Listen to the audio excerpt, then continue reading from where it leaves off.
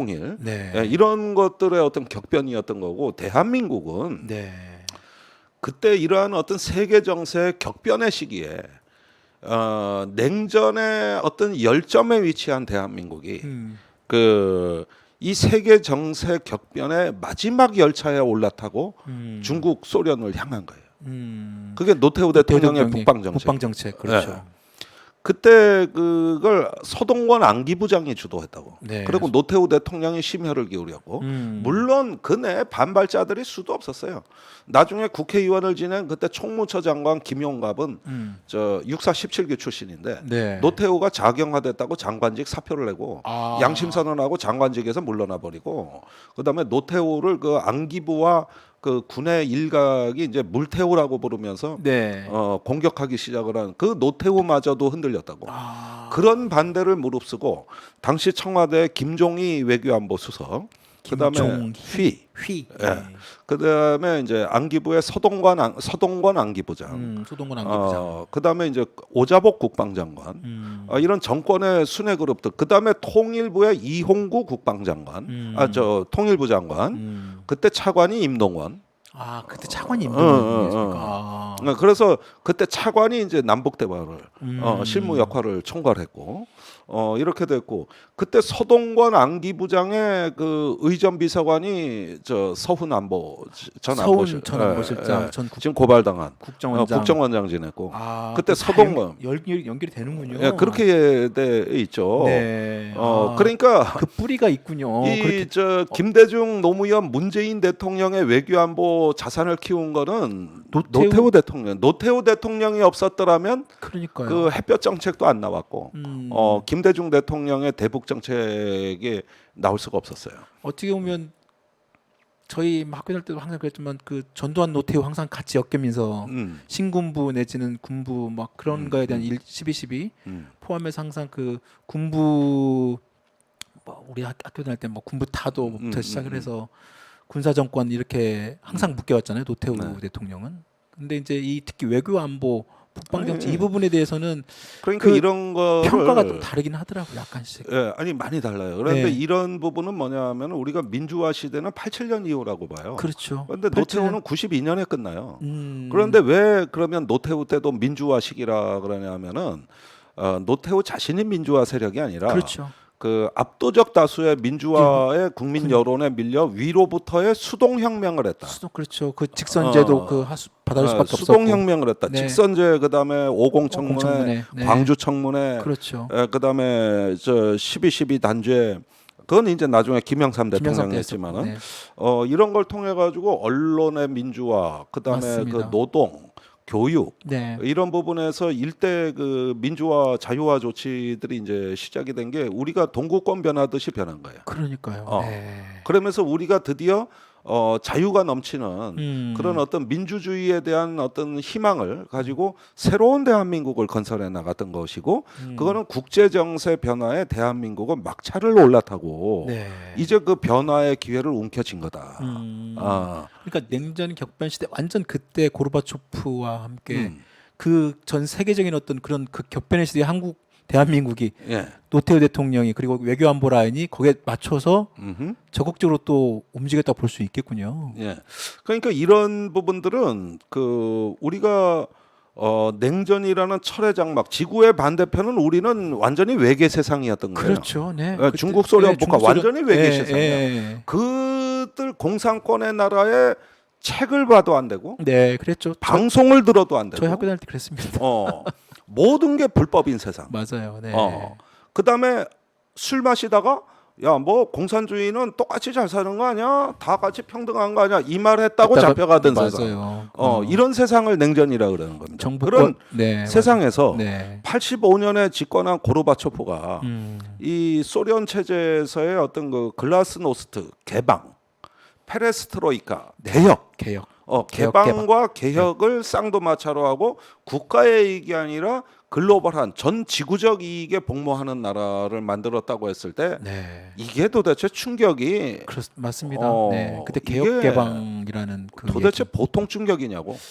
그러니까요. 거기에다 그때 소련이 GDP의 10% 이상을 국방비에 쓰던 말하자면 어떤 그 저 겨울 왕국 같은 나라였다고. 네. 겨울 왕국인 나라에서 이런 어떤 매화와 진달래 얘기를 하다. 그러니까 이게 겨울 왕국 시대. 거기에다 그 직전 서기장 네. 그 뭐 사실상 하다 말다 이렇게 병에 앓은 사람 빼놓고는 브레즈네프 서기장인데 네. 그 아포칸 침공하고 그렇죠. 냉전을 극단까지 끌어올렸던 음. 바로 직전에 권위주의 정부가 있는 나라에서 그러니까요. 이런 나라에서 벌어졌다는 건 이건 쓰레기통에서 장미꽃이 핀 겁니다. 기적이에요. 그때 우리나라가 정말 러시아와 소련, 그때 소련, 러시아와 중국 특히 그때 수교하지 않았더라면 지금 말씀하신 그 이후에 지금 현재 대한민국들이 30년의 이런 경제적 번영도 아니 그러니까 이렇게 없을 되는 수도 거예요. 있었죠, 진짜. 그러한 어떤 세계사적 변화가 네. 이제 대한민국이 전혀 다른 세상에 와 있다는 거를 일단 수동혁명이지만 위로부터 네. 일단은 깨닫고 그렇죠. 이 정세 변화의 막차를 타면서 우리 내부의 민주화, 밖으로는 화해와 협력. 네. 그러면서 이제 철의 장막 너머에 있었던 우리의 적들하고도 이제는 대화하고 그렇죠. 협력하겠다고 나간 맞습니다. 야, 이거야말로 오늘날의 대한민국의 어떤 구성을 다시 한 거거든요. 네. 그러니까 우리가 이제 산업화를 넘어 민주화라고 네. 했는데 그 산업화 때 이제 냉전과 독재를 겪었다면 민주화 시절에 와가지고 자유화와 또 어떤 그 주변 어떤 평화로운 세상을 향해 우리가 한 걸음 나갔다는 거거든요. 네. 그러니까 이건 국내적 민주화의 의미가 국한되는 것이 아니라 대한민국이 중견 국가로서 네네. 우리의 국력이 부채살처럼 대륙으로 퍼져나가는 거대한 일보를 내디뎠다는 거고 네. 그런 가운데서 남북 화해 협력 또 세계 속의 대한민국 그것이 이제 올림픽하고 더불어서 그러니까요. 이렇게 하던 그때가 또 마침 경제적으로 단군 일의 최대 성장기였습니다. 맞습니다. 특히 네. 86, 87, 88. 네. 그 엄청난 사회 정치 혼란에다가 맞아요. 노사분규에다가 네, 맞습니다. 별하별 그 민주화의 격동에다가 이걸 다 겪고도 네. 단군 일의 최대 성장 그러니까 연평균 15 내지 16%의 성장을 했다는 건 대한민국 대단한 나라야 그때 이게. 저희 때 바로 이게. 저희 때 학번에 비슷한데요. 그때 선배들이 그렇게 학교에서 운동하시고 그렇게 그 추리탄과 뭐 내지는 그 화염병을 던지시고도 다 취직하시고 다 취직하고 네. 그 대학에 안 온 고졸들도 네. 어디 이게 일이 넘쳐서 걱정이었으니까. 맞습니다. 네, 네. 왜 내 친구들도 이미 저 고졸이지만은 그 제가 대학 2학년, 3학년 이때쯤이래 보면은 네. 이제 복학해서 한 3학년 됐을 때 보면은 다 봉고차 끌고 다니고 네. 그때 월수 600, 700이 뭐 숱하게 많았어요. 그 그러니- 사람들이 지금 서민으로 전락한 거예요. 아, 그렇죠. 맞습니다. 이제 그래가지고 어디 그 건설업 하는 사람 보면 아무나 만나도 기본적으로 통장에 5천만 원 이상은 갖고 있었어. 그 저기 이 경기가 워낙 좋으니까. 네. 그래서 우리 세대가 사실은 이 고도 성장의 단물은 다 빼먹은 세대예요. 그랬다고 후배들이 비판을 하죠. 그래서 후배들한테 미안한 거예요. 네, 맞습니다. 네. 특히 청년들한테 미안한 거고. 미안하다고. 예, 왜냐하면 맞습니다. 우리는 그 숫자도 많지만 네. 그 많은 숫자가 너무나 많은 기회, 그 고도 성장의 단물을 다 빨아먹고 맞습니다. 그 다음에 이제 그 민주주의와 네. 어떤 평화를 또 이야기할 수 있던 자기 표현이 강했던 맞아요. 이 자존감이 넘치는 세대가 대한민국에서 출현했던 겁니다. 네, 네.